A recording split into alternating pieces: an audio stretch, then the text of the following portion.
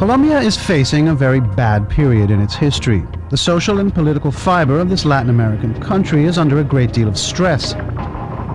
And after more than 50 years of civil war, the people we spoke to seemed apathetic, not very interested in yet another round of political talks. They were more than willing, though, to explain the situation to the visiting foreigner. The basic problem seems to be that the dividing lines between those struggling for power have faded. When the struggle began, it was about beliefs, liberal guerrillas against a conservative government. Then the country's landowners got worried and created paramilitary death squads to protect their interests. The struggle is no longer ideological, it's about power, money, and cocaine. The country is addicted to coke, not for the high, but for the cash it generates. Cocaine finances death squads, guerrillas, and politicians, and has become an integral part of Colombia's economy.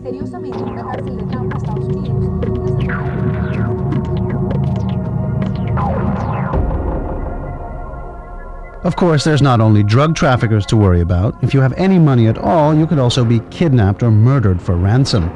Suffice it to say that anyone middle class or higher in Colombia is insecure, and so security is a major issue, as well as booming business. On his way to the police academy in Bogotá is Juan Manuel Galan, director of the Foundation for Colombian Youth, and the guy who's agreed to share his high-security lifestyle with us for a few days. He's about to give a speech to the graduating class about the relationship between the police and the country's youth, and about the role the police can play in the fight against drugs.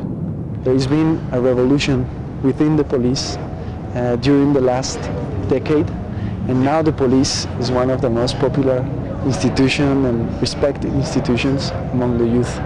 ¿Cómo le va? General, ¿cómo está? Doctor, bienvenido. In most countries, saying no to drugs is pretty standard fare for a politician. In Colombia, it takes a certain amount of courage.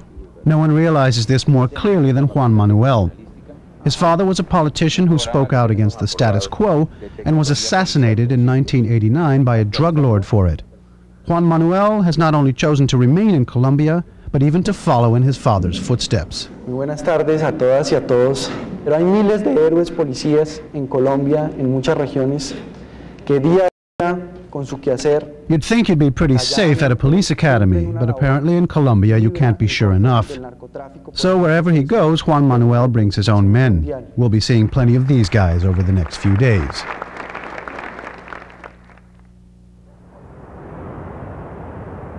Juan Manuel lives in the north of Bogotá with his mother, a housekeeper, and 2 Labradors. His father was killed when Juan Manuel was 17 years old. El poder oscuro y criminal del narcotráfico, y ha sido desde 1982, un año antes de que Rodrigo Lara asumiera el Ministerio de Justicia, ha sido el nuevo liberalismo la única fuerza política que en Colombia se enfrentó a ese adversario terrible.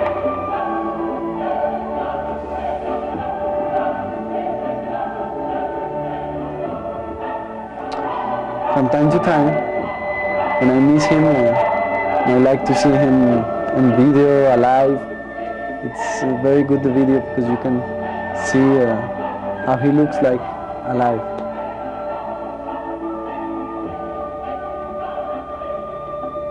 He was the only one politician at that time, and his political movement was the only one movement that in Colombia spoke against narco-traffickers and narco-traffic. Luis Carlos Galan is a hard act to follow. Juan Manuel's father was an extremely popular and charismatic politician who would have become a Colombian JFK had he not been stopped. The family has been part of the country's political elite for generations. Mother Gloria spent 20 years as a journalist. Does Juan Manuel have what it takes? Eso dicen. Para mí es una persona simpática y como dije antes, fresco, o sea, es una persona dispuesta como a la alegría y al optimismo, y además le gusta mucho el contacto con la gente, y yo creo que eso también influye un poco en... But let's face it, where does a cheerful disposition get you in a place like Colombia? One look around the house and it's immediately clear to us that Juan Manuel doesn't get out much. In fact, his social life seems rather dull. Surely a Dolby surround home cinema can't make up for a girlfriend. The one theme that keeps recurring is vulnerability. El miedo es algo que tiene uno siempre, de todas maneras. Pero si no se supera, pues sería terrible porque no se podría vivir en realidad. I have to go out always with people around me, and it's very difficult to be in public situations with all this security around. It's not very comfortable for me or for the other people around.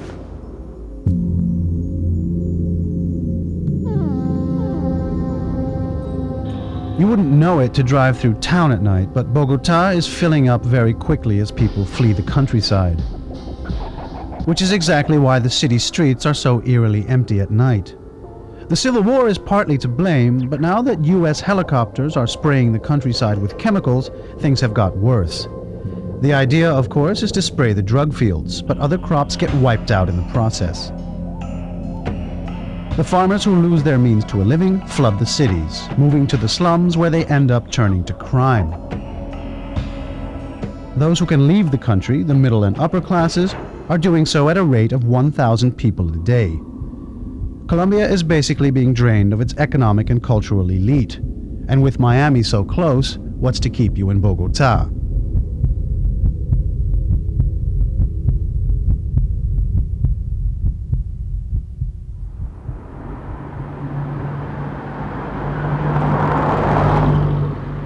When we asked Juan Manuel what his hobbies were, he said he liked to go horseback riding alone at daybreak.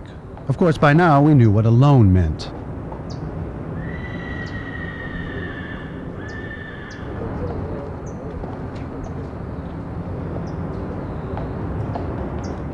There isn't much glory in Colombian political life today. For anyone who is sincere about transforming the country, there's mostly hard work and a lot to give up. I'm afraid, and I'm afraid because of my family. Because when a political leader here does politics, the most difficult part is the family part.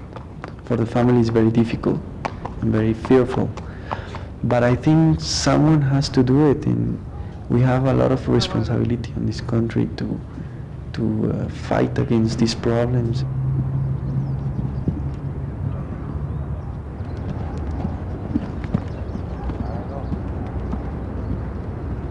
I like to get married. I hope I can find someone. Partner is very important, especially in politics, to walk step by step and to be prepared to sacrifice many things. Behind the glass and concrete of Bogotá's business district, there is a section of town that still feels like a mountain village. And as in many old Latin American cities, the UNESCO has done a very nice redecorating job here. During the day, the historical center looks like a coffee commercial. At night, though, it's more like a horror film. And according to Juan Manuel's bodyguards, not the place to be. It's here where the Foundation for Colombian Youth, or Colombia Joven, is located. The top 3 causes of death among young people in Colombia are murder, accidents, and illegal abortions. Much of the murder is the result of gang warfare, which in turn is a result, you guessed it, of the drug trade. Colombia Joven, like many youth programs in the world, was set up to support the young people of the country and encourage them to participate in the more legal aspects of life. Obviously, youth here is just as susceptible to the lure of narcotics and the opportunities it offers as the adults are. So the prevention of these risks is a major aim for the program. Juan Manuel became director here in 2000 after his term ended as Under Minister for Youth Affairs. And why is it that behind every successful man there always seems to be a woman taking care of business? Lina Gutierrez, who studied communications in the US, has been Juan Manuel's personal assistant since Colombia Joven was established. Lina is working on plans for tomorrow when Juan Manuel hopes to address an anti-drug program in a city near the narco capital of Cali. The journey is risky, as the area regularly sees heavy fighting between guerrillas, narco-traffickers, and paramilitaries. It's not the place where someone like Juan Manuel is very welcome. He's very active with us here in the office. He's traveling a lot. He's like doing a lot of stuff after the office, like meetings, dinners, reunions, you know. He travels to the municipios here in Colombia and have a very excited agenda over there. Meanwhile, it looks like the authorization has come through. Juan Manuel will be flying to Tuluá tomorrow. For tomorrow, we're leaving at 7:30 from Anti-Narcotics Airport. We're going to Tuluá in the Pacific coast of Colombia, and we're going to be working with anti-narcotics programs for kids. And we're traveling back at 3:30 p.m. and we're going to meet here with some mayors of municipios of Colombia. Y que lo que nosotros vayamos necesitando de acuerdo al presupuesto que se planteó. Not everyone with money stays in at night in Bogotá. If you're not too concerned about being assassinated by professional hitmen, there are a few areas in town for you to recreate. And if you didn't know any better, these 4 square blocks could be the center of a much larger area in any international city.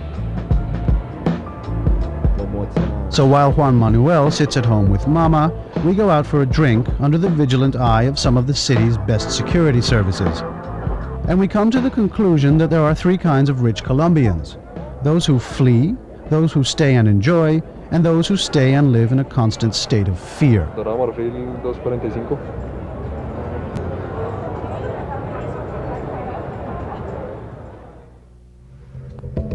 Crack of dawn, Bogotá Narcotics Airport. Not every city can claim one. Juan Manuel seems excited, as if he's going on some kind of scouting trip. We were a bit nervous and couldn't imagine what a day like this must mean to Juan Manuel's mother. When you consider what the assassination of her husband must have done to her, having her son go into politics can't always be easy. Having him travel to Cali must be hell. Well, when there's a place right near Bogota, it's not so bad for my mom. But when it's far away, like Putumayo or a place like that, where it's very unsafe, I prefer not to tell her before, after.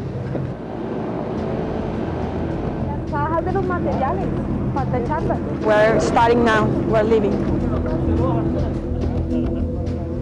It's a little bit stressful. A little bit stress of the plane, the security, the event, everything.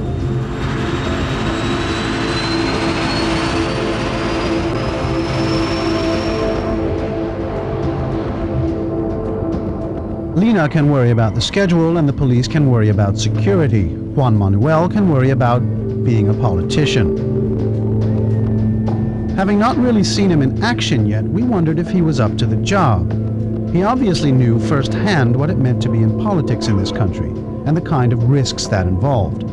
But there was something still so boyish about him. Could this guy really fill his father's shoes?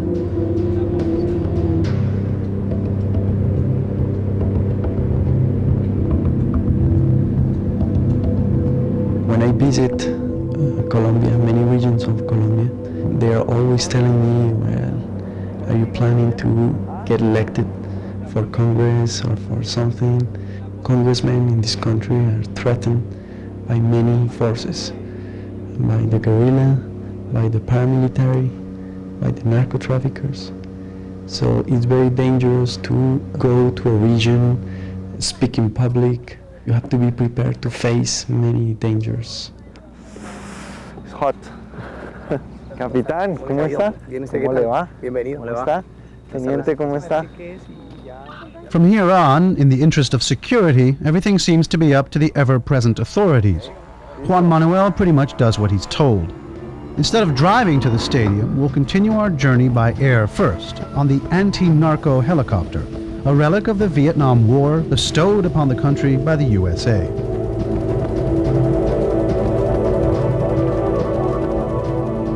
Apart from becoming a dealer yourself, one of the realest dangers if you're young and live in a city like Tuluá is that you become a member of one of the groups known as sicarios, junior henchmen who work for the drug barons by strong-arming their neighbors. Juan Manuel is essentially coming here to let the kids know that Colombia Joven is there for them, and to counterbalance the recruitment efforts of the narco-traffickers, because there's a lot of potential drug talent in these drowsy-looking communities.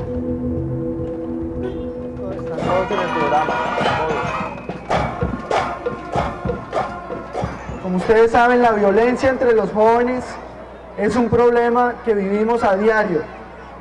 Las pandillas, los delincuentes, el crimen organizado desde los jóvenes es un problema bastante grave, y vamos a trabajar en estos proyectos la recuperación del espacio público, la convivencia juvenil en los parques y en el espacio público para que nuestros jóvenes vuelvan a creer y también el resto de la sociedad no los mire de manera sospechosa ni los señale con el dedo como delincuentes. El trabajo que hace la Policía Nacional, arriesgando todos los días su vida para que en Colombia tengamos un país libre de narcotráfico, de reconocer, de admirar y de impulsar en todas las formas, colaborando y apoyando la acción de las autoridades. Liderada desde la Presidencia de la República. It may not be a capacity crowd, but there's enough press to make the trip worthwhile. While Juan Manuel practices his sound bites, Lina hands out the last of the anti-drug booklets. De liderar la formulación.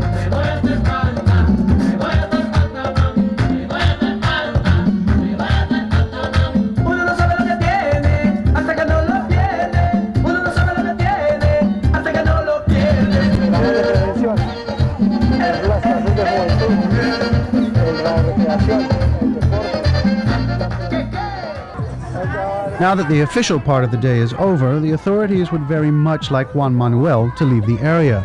But the real politician in him desperately wants to get to work.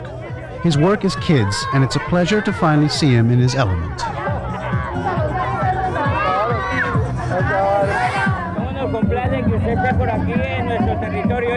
Muchas gracias. Muy contento. Admiro mucho a su papá y fue por el único que di mi voto. Gracias. Yo no había llegado a votar. Muchas gracias. Sino él. Fue el primer voto que yo di para su papá. Gracias. Ay, tan bello. Gracias. Ah, mi novia me dejó, le voy a dar todo al perico. No, no sea así, no se desquite con el pobre animalito. Es que los niños no saben de eso, no saben. O sea, que tú crees que mucha gente consume drogas por ignorancia. Unos por ignorancia y otros por como valearse, porque los amigos le dicen que eso lo hace sentir.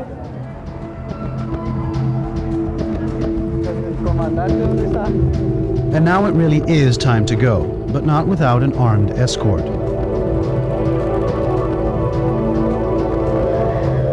Lina and Juan Manuel decide, with the consent of the nervous authorities, not to return to Bogotá immediately, but to pay a short visit to a nearby refugee camp.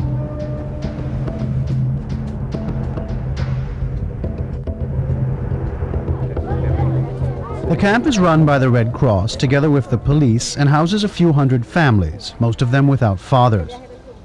The people here are safe from additional paramilitary vengeance as long as they don't leave the camp. The absurdity of the civil war in Colombia is becoming clearer and clearer to us. Civilians are forced to take sides, forced to accept so-called protection, and then punished for their choice by the enemy. Juan Manuel seems not only concerned with children, but with people in general. CR con la Cruz Roja y todos ellos, o sea, es un informe continuo que tenemos con la gente. En ese momento, pues, de Barragán hay 4 familias acá. It's very tragic because there is a lot of young people that have to live here in these camps and they have to leave their native lands. They are accused of collaborating with the guerrilla groups to protect them. So it's very difficult for them because if they stay on their native places, they can be killed at any moment. So here they live more or less protected from all that. But now Juan Manuel's time is up. It would simply be unwise for him to stay in the area any longer. Yes, so let's go.